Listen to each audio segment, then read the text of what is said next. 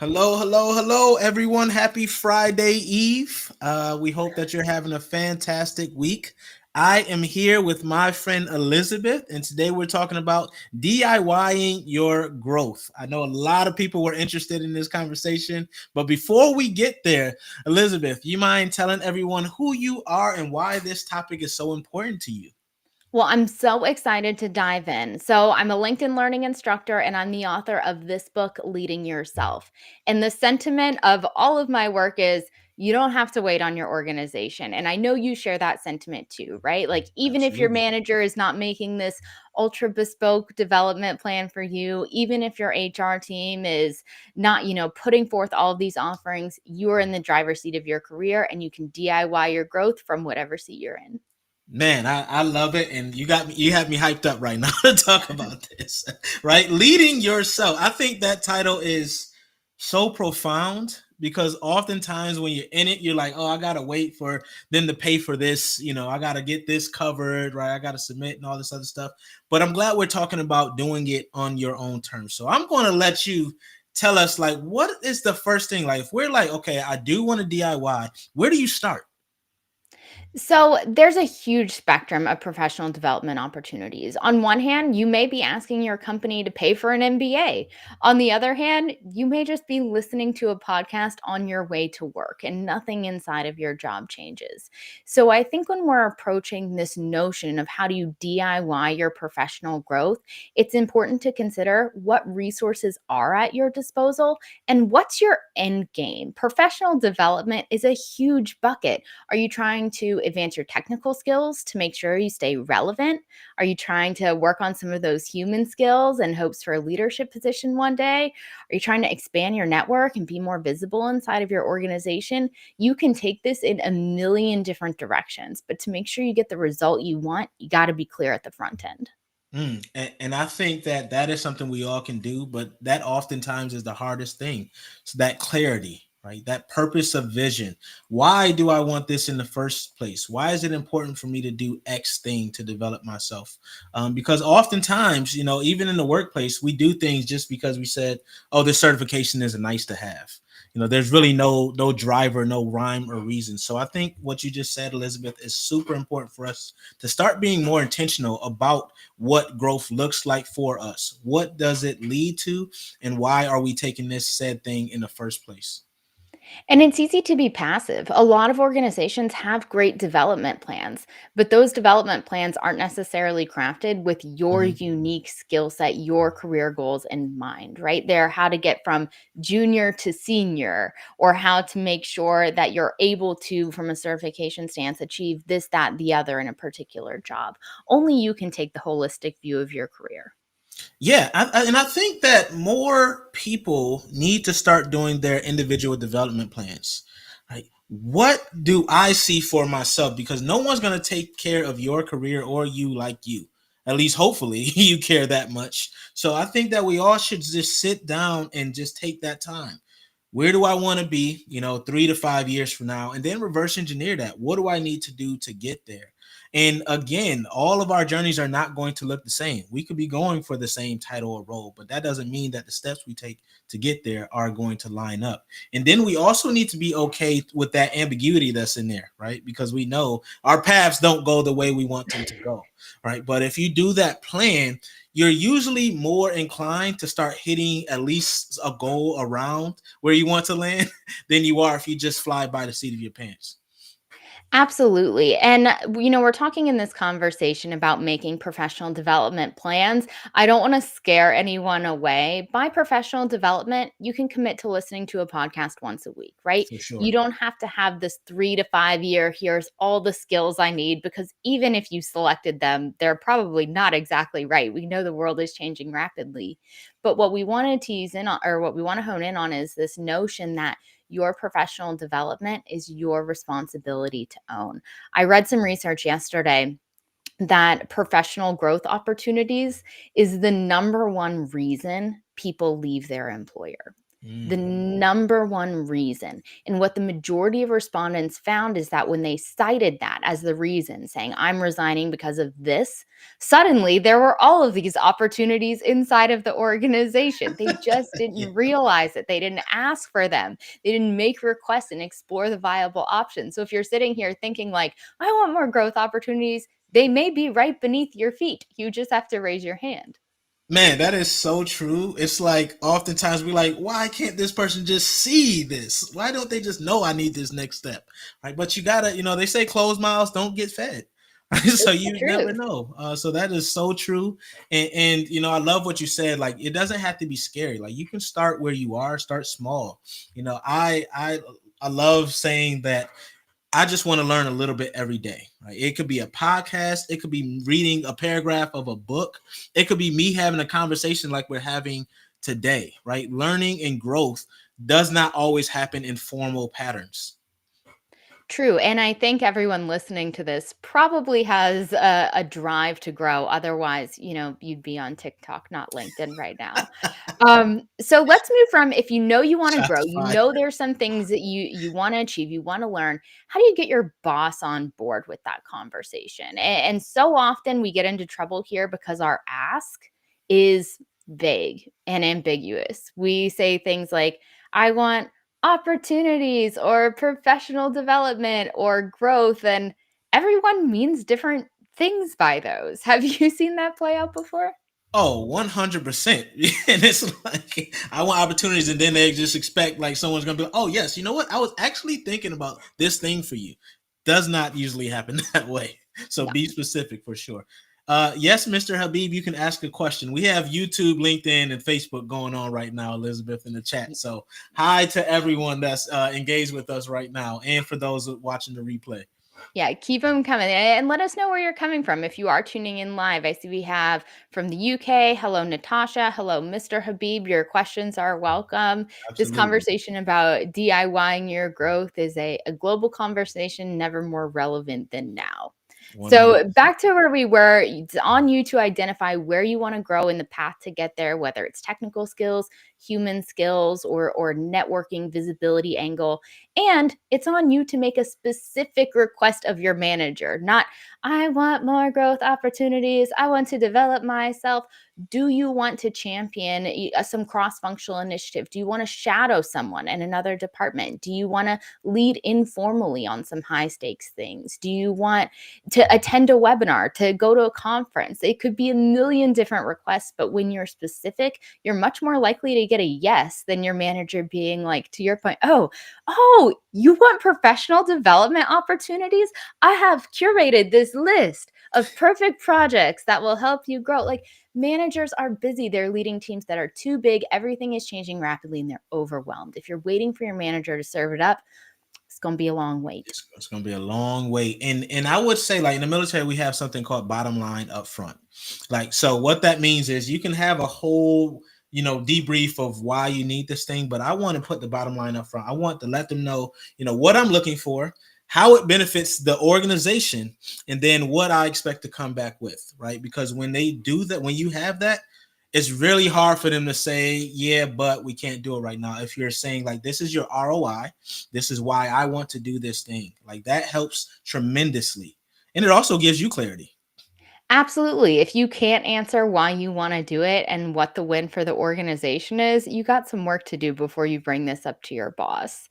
And let's answer this question right here that I just saw come in the chat. I think it's connected. In a world where professional growth is often tied to corporate structure, how can an individual ensure they remain competitive and indispensable without relying on traditional organizational support? I think that question is so emblematic because in a time Absolutely. of rapid change and in a time of overwhelm, that organizational support is waxing and waning, right? We cannot depend on other people to push ourselves forward in our careers, even your manager. So, how do you do that? We know that we are in a skills economy. It is not where you went to college 20 years ago or hopefully who's at the country club that goes forward in the organizations. The skills you are bringing to the table are your currency, and you can upskill yourself with no one's approval, with zero resources. The internet that we're all on right now is free. And you could spend your entire life consuming professional development content and not make a dent in it. And the reason I say that is it removes the temptation to wait for permission for the opportunity for it to be neatly served up. No, 100%. And, YouTube University is one of my favorite places to go for a lot of things. And a lot of people are probably asking right now, like, okay, so how do I translate that into my resume? So would you want to go first on that, Elizabeth? Yeah, valid question. You cannot say endless TikTok scroller on your resume, right? Most organizations, unless you're TikTok, probably don't value that much. So there is some connecting of the dots that you need to do in terms of upskilling yourself in this free way. One of the ways is to take a LinkedIn learning course. A lot of them are free and a lot of them offer a certification at the end that embeds right into your LinkedIn learning profile. You can also share some of your thought leadership based on what you've learned. So, not saying I watched this YouTube video on your resume, but putting a post out on LinkedIn, on YouTube, on X, whatever you're on, and saying, hey, I read this. I thought it was really insightful. It made me think of this. Or one thing I thought the author missed was this. Showing that in your resume is one avenue, but holistically that you are consuming relevant content, you're learning from it and you're applying it, you can do that in a huge variety of ways. Yeah, and I love that idea of thought leadership as well, Elizabeth, because we all have platforms these days. And it's not about followers and all that other stuff. It's just about getting your ideas out there. So there's sections now, like even LinkedIn, it has like a section that says publications, right? That you've Yeah. had. And you can say, hey, I posted on this Medium blog, and you pointing to those shows like, okay, I have either some expertise or some interest in this that can be a starting point for your conversation. And you can list those types of things on your resume. Associations are another great way. There are plenty of associations, especially industry specific, if you're in a certain industry or want to get into a certain industry, that you can go to for low, no cost when it comes to their networking events and stuff like that. So there's really no excuse. I'm going to remove the excuses for everyone watching right now. There's no excuse for why you can't DIY your growth. You really just need that clarity. And then once you have that clarity, be intentional. What I like to do is I set aside time for my growth every single day. I block out, even if it's just 15 minutes, I'll block that 15 minutes out and say, hey, I'm going to read a chapter of this book. Hey, I'm going to listen to a part of this podcast. I'm going to write an article, at least start it, brainstorm it, right? So you just have to really put that into your day and make it important, just as it would be if you're going to a work meeting. And sometimes growth happens in the work meeting. So Yes. I have a personal beef with like how everyone on LinkedIn suggests 15 minutes of growth, of meditation, of breath work, of mindfulness. And Mhm. all this adds up to like 29 hours of the day if you take everyone's advice. So if you're sitting there thinking like, I don't have an extra 15 minutes to spare, my day is jam packed.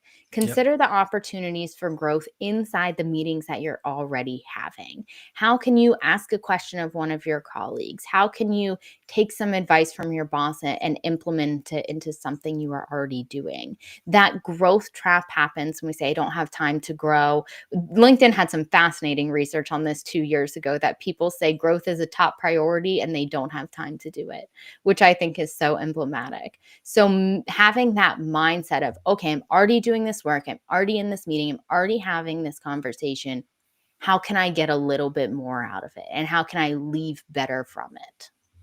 Yeah, I love that. Well, hopefully your meetings are Yeah. are benefit People are driven. like, And you it's don't not a go to meeting my about a meeting because meetings. that kills me. But no, I love that. Like asking the questions, starting the conversations, keeping the meeting on track, on task, because that's Yeah. a big thing these days. But I also look like if you say I don't have time, like what are your values? Because this all we're talking about really has to stem to what your values are. And hopefully continuous learning is one of the things that you really care about. And then you need to ensure that your life or your career is really reflective of those values. And I feel like oftentimes when we get to the stage when we become adults, like we kind of lose that because we're like go go go all the time. And I get it. We're all busy. We all have lives and families and work and obligations. But really, this is something that benefits all parties involved. You learning. There's a great book by Dory Clark called The Long Game. And the sentiment of it is if you spend your entire career trajectory chasing the immediacy of today, there's always going to be a fire drill, right? You're going to come up short. But Yes. when you prioritize building relationships, growing your skills in the long term, yes, you may miss a little bit. Oh, but my boss, a little bit in the short term, but the long term gain for you and your organization is much more significant. And when we apply that to learning and saying, I don't have time to invest in professional development, you don't have time not to invest in professional development. Our world is changing rapidly. And if this moment is the first time you're thinking about how could I invest in my own professional development, you are already too late. It's better to start now than to keep waiting. But the world is moving, and the people who have the skill set to adapt to it, whether that was served up to them by their organization or whether they attended YouTube University, those are the people who are going to thrive. 100%. And I appreciate you saying that. We have a question. It says, how do you upskill without certifications? So, if you say YouTube University, how to convey that to the organization that you're interested in. So, there's a couple of ways. The first we touched on earlier, which is posting that you're watching these things, posting what you're learning and responding to them, offering new insights. That's one way to show, even without the certification, that, hey, I'm in the space, I'm learning, I'm growing, I'm developing, I got my finger on the pulse. Another way is to use what you learned in the questions you ask, or in conversations that you're having with recruiters and prospective managers. So if you read or watched a YouTube video about how AI is going to impact your industry, in an interview, you can say, one thing that I recently heard was whatever you learned in the YouTube video. My thought is this: how is your organization approaching that?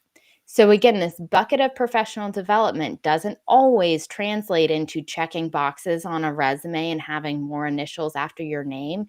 It is being able to convey through questions, through conversations, through ideas that you are in it and that you didn't just check the mark on your degree a decade ago and say, now I am a professional, and 'tis the end of that. So, some of these are subtle, some of them are a little bit more visible in terms of certifications, but they all matter. Yeah, 100%. And I think that this kind of aligns, like, I don't, it's probably still a thing, but some people take career breaks because they become parents or whatever the case may be. And there's this thing where, you have these transferable skills from life. And it's the same premise. Like, I may not had formal training in said thing, but because I've experienced it as a parent, as a mother, as a father, as whatever, I can then list that skill set. It doesn't have to be like, oh, I got my MBA in Life University, but it's still a skill that applies to whatever job or role I'm going to. And I love that you said, like, the interview is a two-way conversation. It's not just you being interrogated, but you can ask them questions as well, and they usually want you to. So I definitely love that you said, like, take the information that you're getting from whatever you were watching or whatever research you've done and apply it to the situation of that organization. A lot of organizations, they have like a news section on their site, so you can kind of be ready for that anyway and say, hey, I noticed that 2 weeks ago you received this award, and I just seen this. So there's so many ways that you can tie everything together as far as your growth and learning without it being formalized. I think it's also important to recognize that we've talked a lot in this conversation about your resume and finding a new job and how do you make yourself more compelling. This is an ongoing journey, and the way to a new job is often microdosing I am compelling inside your current job, right? So, how do you show all the people that aren't asking for your resume because you already work there that you are a growing professional and that you're continuing to evolve, bringing up things that you saw on YouTube, that you read, that you listened to in a podcast.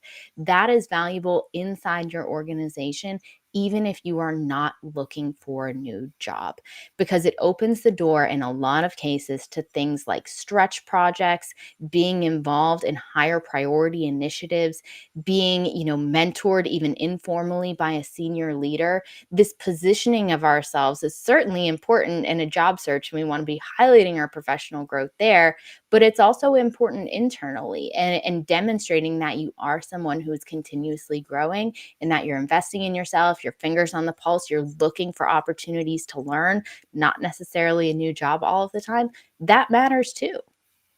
Yeah, yeah, absolutely. That's stretch goals and stretch projects. That is, you talk about growth, like on the job training presents a lot of opportunities. And if you don't feel like you're being challenged in your current role, like have you recently asked to be challenged? Have you asked for that project? Have you asked to be in charge of, or have you found an idea of somewhere that you can help the organization grow? Right? Those opportunities are probably some of the best ways to DIY your growth right up front, right? Absolutely, because you're already getting paid to be there, right? Mhm. It is up to you Exactly. to add the most value and upskill yourself in that time. So if you heard an executive say something that you thought was interesting at a town hall, send an email. Say, I was really, intrigued by your comments around this. If there's a way I could support that, I'm happy to help. Or if you have a peer in another department who's working on something that you'd like to learn more about, that, hey, could I sit in on one of your meetings? I'm really interested in this. And is some executive going to turn around and be like, oh, wow, you get promoted now? Hooray. No. But over time, it does make a difference. So, approaching the internal opportunities with the same level of urgency that we treat these certifications and degrees that don't matter often in the future is something worth pursuing, in my take. No, 100%. And we have a question. How do I track my progress and ensure I am continuously growing? We love an accountability fan. Absolutely.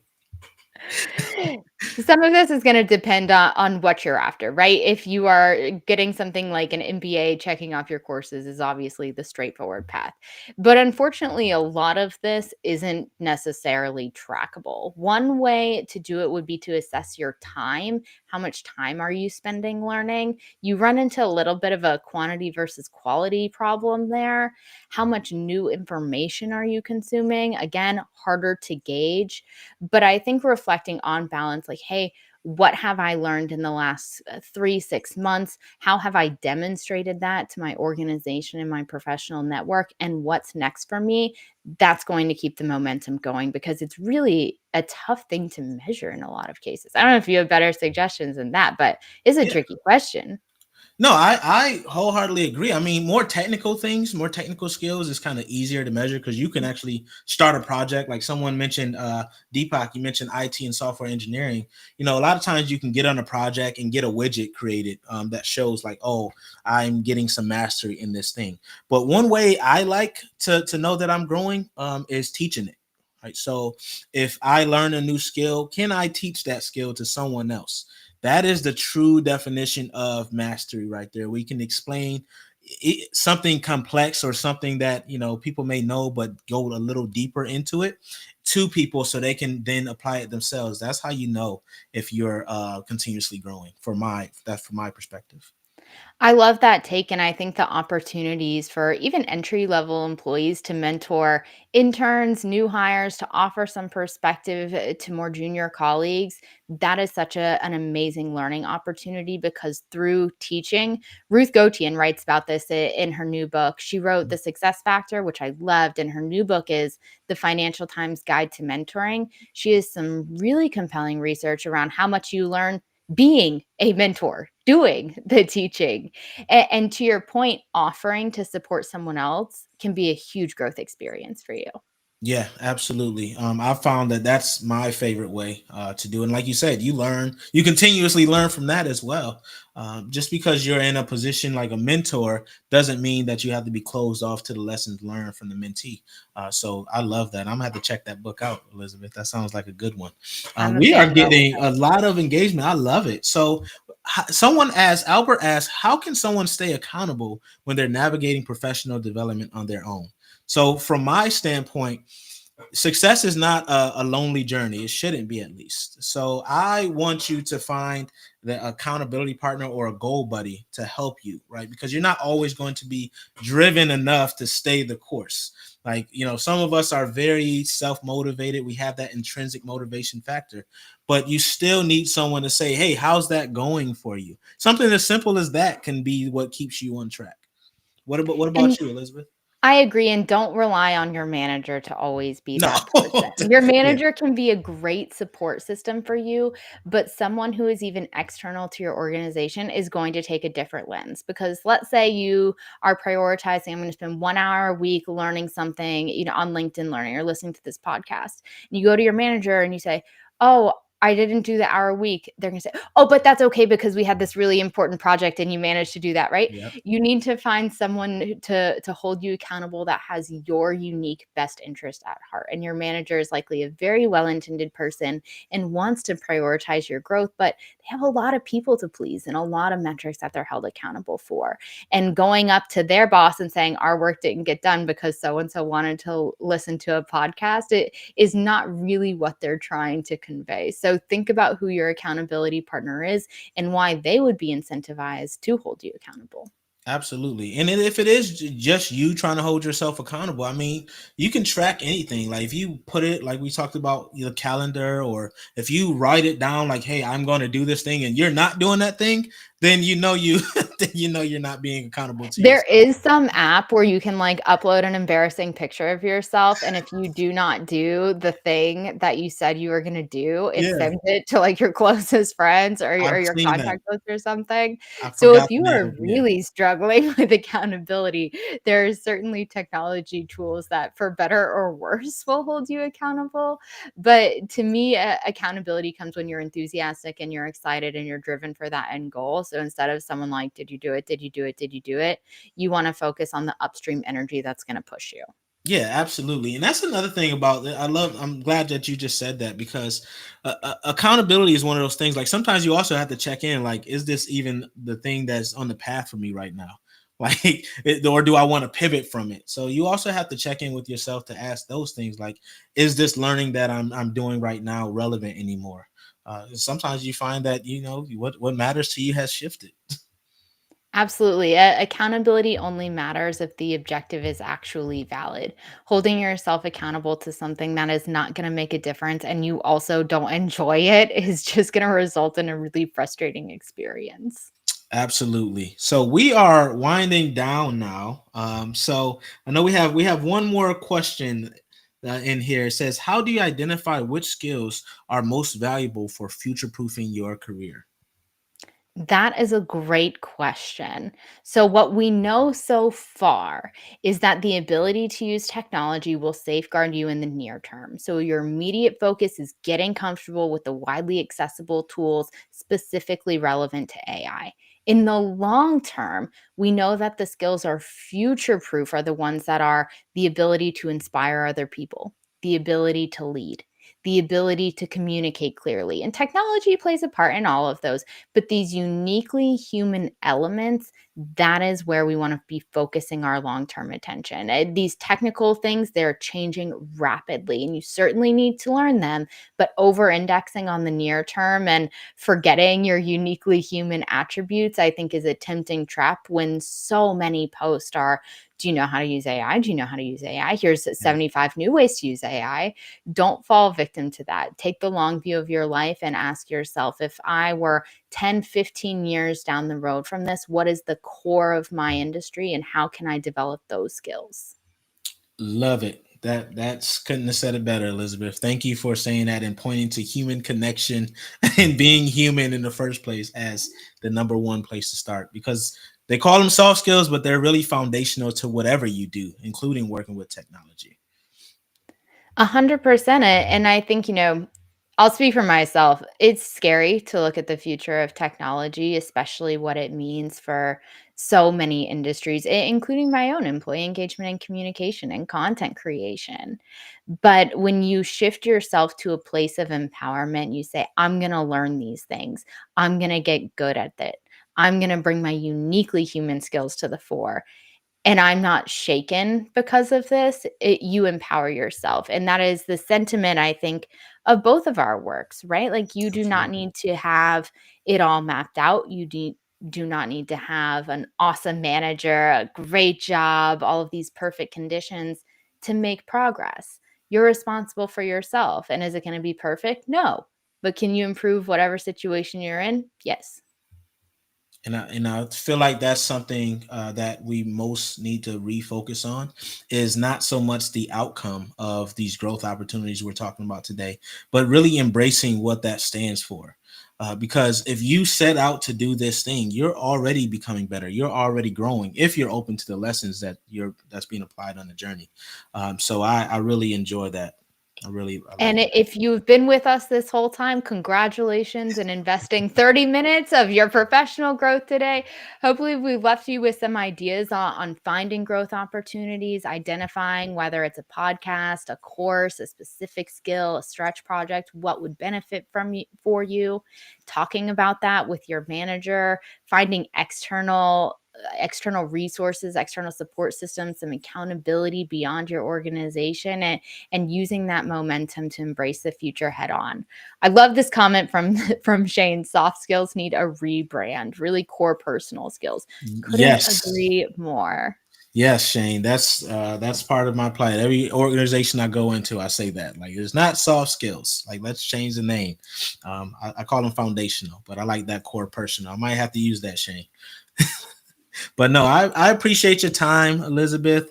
This has been phenomenal. And this is something we can talk about all day. Everyone, appreciate your engagement. Keep the conversation flowing.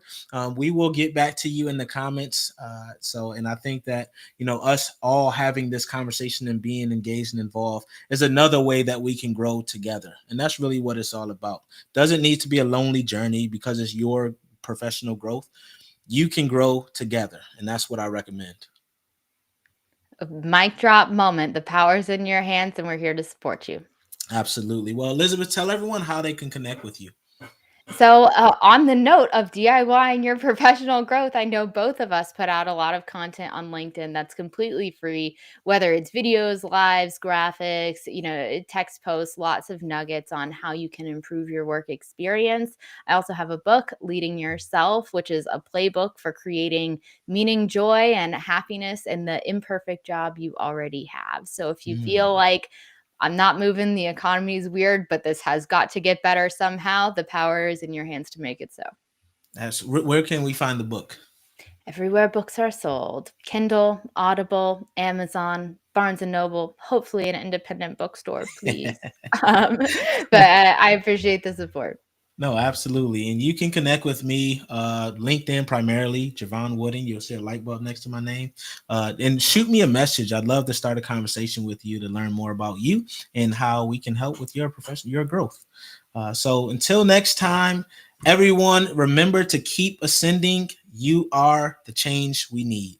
See you soon.